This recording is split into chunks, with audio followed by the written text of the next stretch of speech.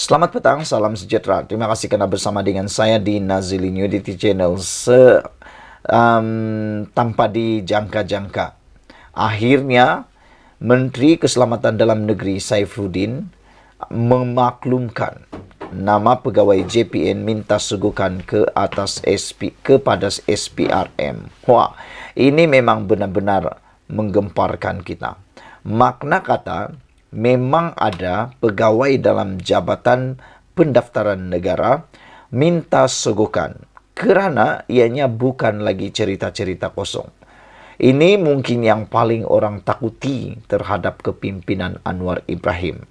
Yang mana ramai kata, termasuklah Tun Mahathir kata Anwar Ibrahim tak boleh jadi Perdana Menteri, tak akan jadi Perdana Menteri, akan jadi Perdana Menteri ke tepi, kata beliau. Tapi akhirnya Anwar Ibrahim menjadi juga Perdana Menteri, dan sejak beliau menjadi Perdana Menteri, ramai jerung-jerung besar mula ditangkap, banyak isu-isu ataupun skandal-skandal besar mula terdedah. Puluhan tahun tak pernah kita tahu, akhirnya terdedah, dan ianya betul-betul menghairankan kita. Mengapa puluhan tahun tak pernah kita tahu? Mengapa puluhan tahun tak pernah kita dengar? Tapi sejak Anwar Ibrahim tampil menjadi Perdana Menteri, SPRM mula mendedahkan banyak perkara yang pelik-pelik tapi benar. Hari ini terbukti Saifuddin akan memaklumkan nama pegawai JPN minta suguhkan ke SPRM. Menjadi persoalan kita ialah siapakah pegawai JPN yang minta suguhkan ini. Dan tolong tinggalkan komen anda semua. Kalau benar itu pegawai JPN ini didapati bersalah, apa agak-agaknya hukuman yang boleh diberikan kepada pegawai JPN ini? Kerana ia melibatkan kedaulatan negara, terutamanya kewarganegaraan kita. Menteri Dalam Negeri Saifuddin Nasution Ismail hari ini berkata, dia akan memaklumkan sendiri kepada Ketua Pesuruhjaya SPRM Azam Baki mengenai nama pegawai Jabatan Pendaftaran Negara JPN yang dipercayai meminta sejumlah wang bagi kelulusan permohonan warga negara. Saifuddin berkata, pegawai terbabit dikenal pasti selepas dia menerima aduan yang dibuat secara terus kepadanya. Hari ini, saya akan serahkan nama kepada Tan Sri Azam Baki untuk bantu beliau buat siasatan selanjutnya atau seterusnya, kata Saifuddin pada sidang media selepas mesyuarat kabinet di Kementerian Dalam Negeri hari ini. Isnin lalu, Perdana Menteri Anwar Ibrahim semasa Perhimpunan Bulanan Warga Jabatan Perdana Menteri dipetik sebagai berkata, dua agensi di bawah Kementerian Dalam Negeri iaitu Jabatan Immigration dan JPN sedang disiasat berhubung amalan rasuah dan salah guna kuasa dalam kalangan pegawainya. Katanya dia menerima maklumat ada unsur salah guna kuasa di JPN apabila proses untuk mendapatkan sijil warga negara dikenakan bayaran.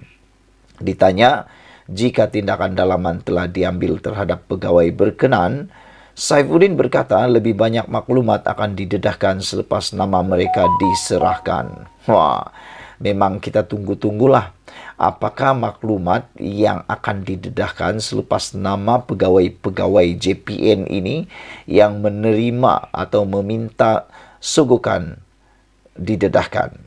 Saudara-saudara, jadi kita bersyukurlah kerana Anwar Ibrahim dan SPRM sekarang begitu giat mendedahkan perkara pelik-pelik tapi benar-benar berlaku.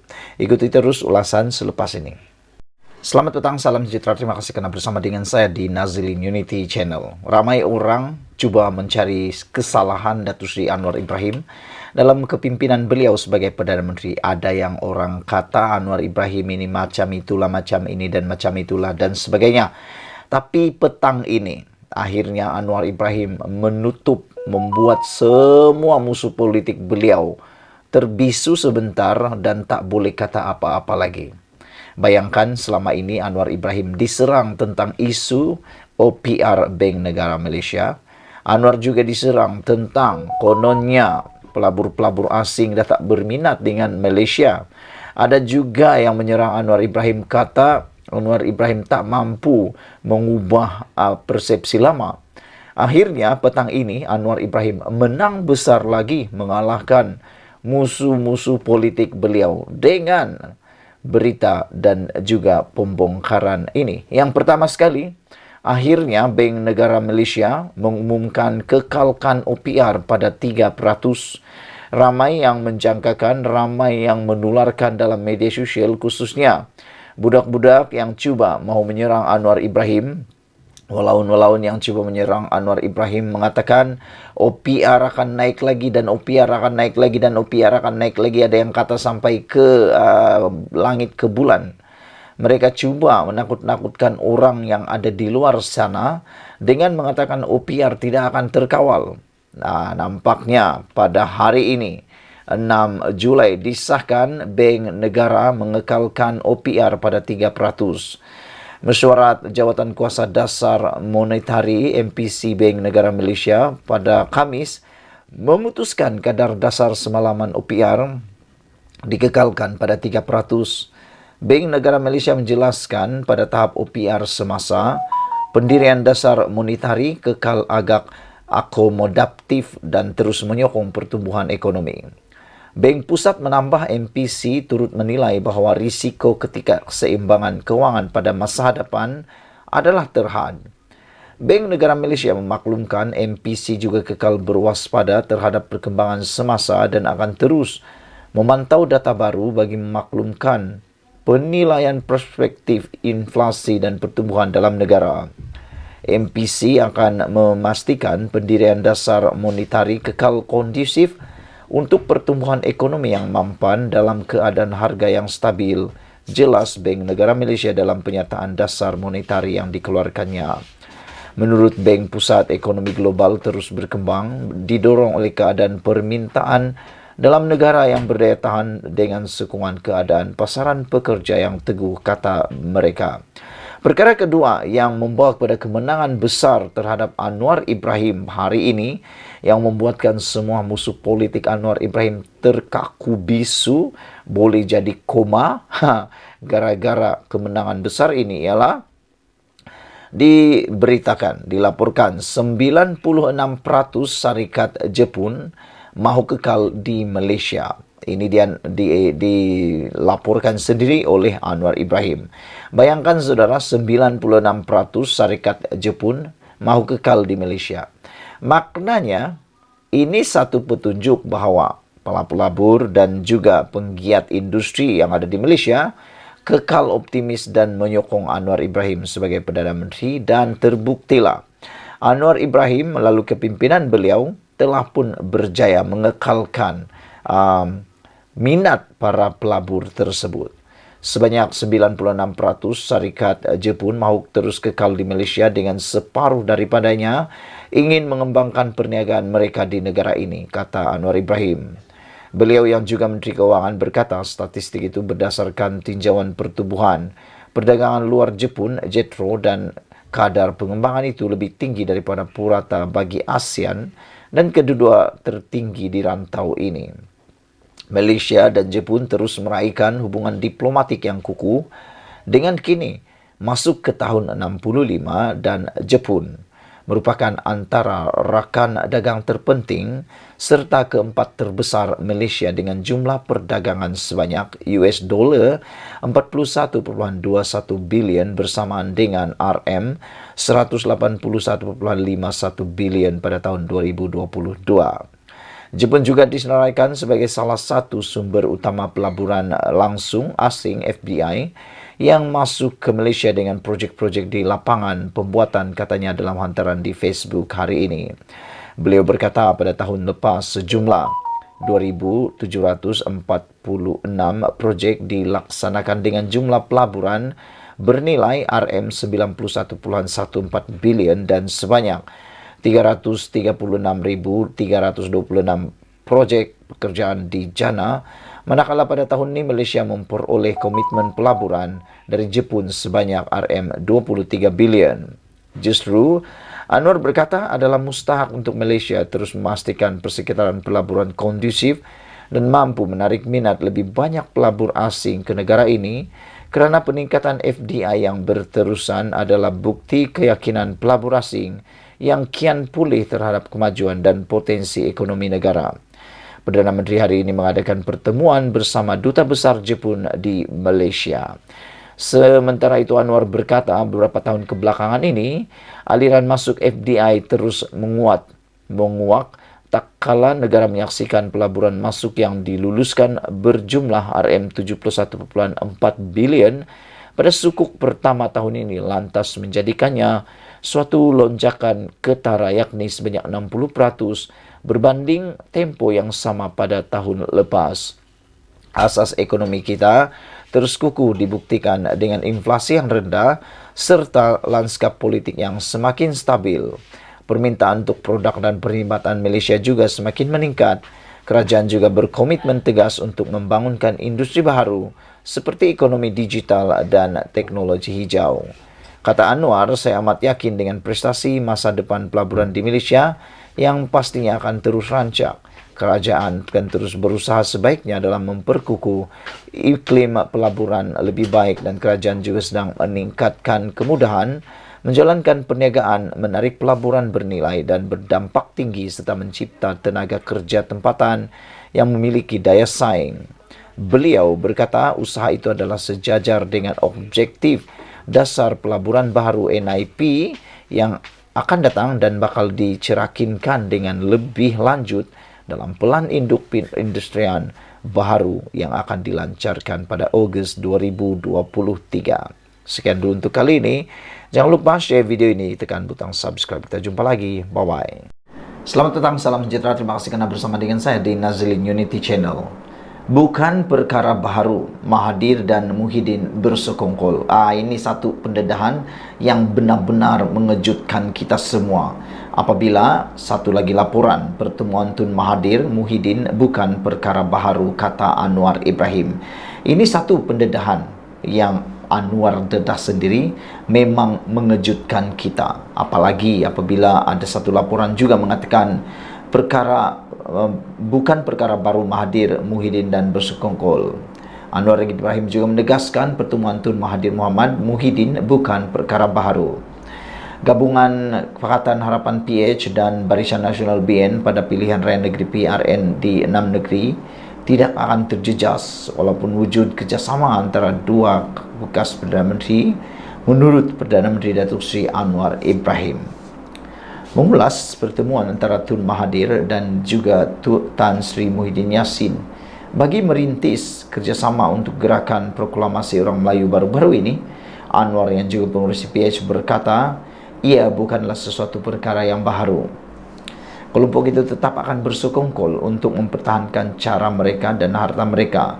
Jadi kita bertanggung jawab untuk menyelamatkan negara tercinta, katanya kepada pemberita selepas merasmikan International Social Wellbeing Conference 2023 di sini pada Khamis.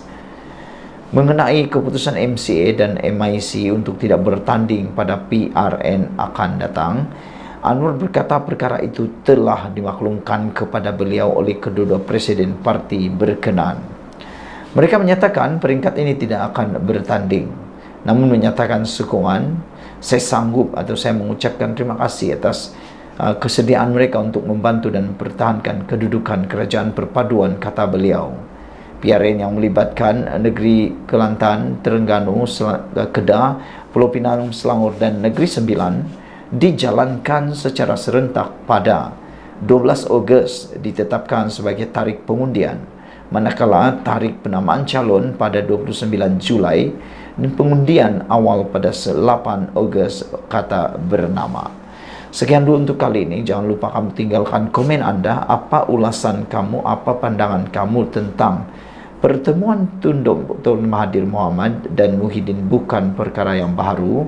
Manakala satu lagi laporan mengatakan bukan perkara baru Mahathir Muhyiddin bersekongkol. Yang menariknya ialah apabila Muhyiddin Anwar Ibrahim mendedahkan bahawa apa yang dibuat oleh Mahathir Mohamad dan juga Anwar dan juga Muhyiddin ialah cuba hanya untuk mempertahankan harta mereka, kata Perdana Menteri Anwar Ibrahim sebelum ini. Dia mengulas lanjut lawatan pengurusi BN itu ke kediaman Mahathir di Seri Kembangan, Selangor pada malam Selasa yang berlangsung selama hampir 2 jam. Sekian dulu, ikuti terus ulasan selepas ini.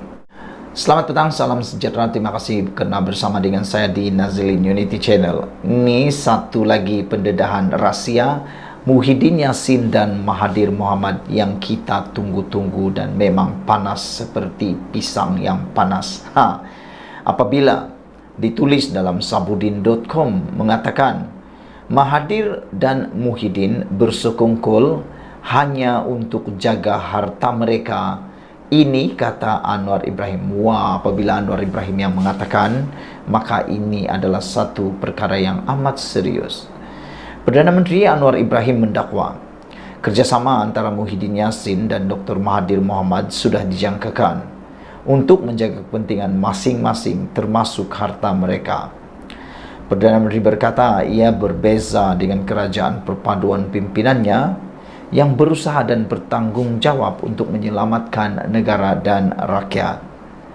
Itu bukan perkara baru. Kita tahu kelompok itu tetap akan bersekongkol untuk mempertahankan cara dan harta mereka.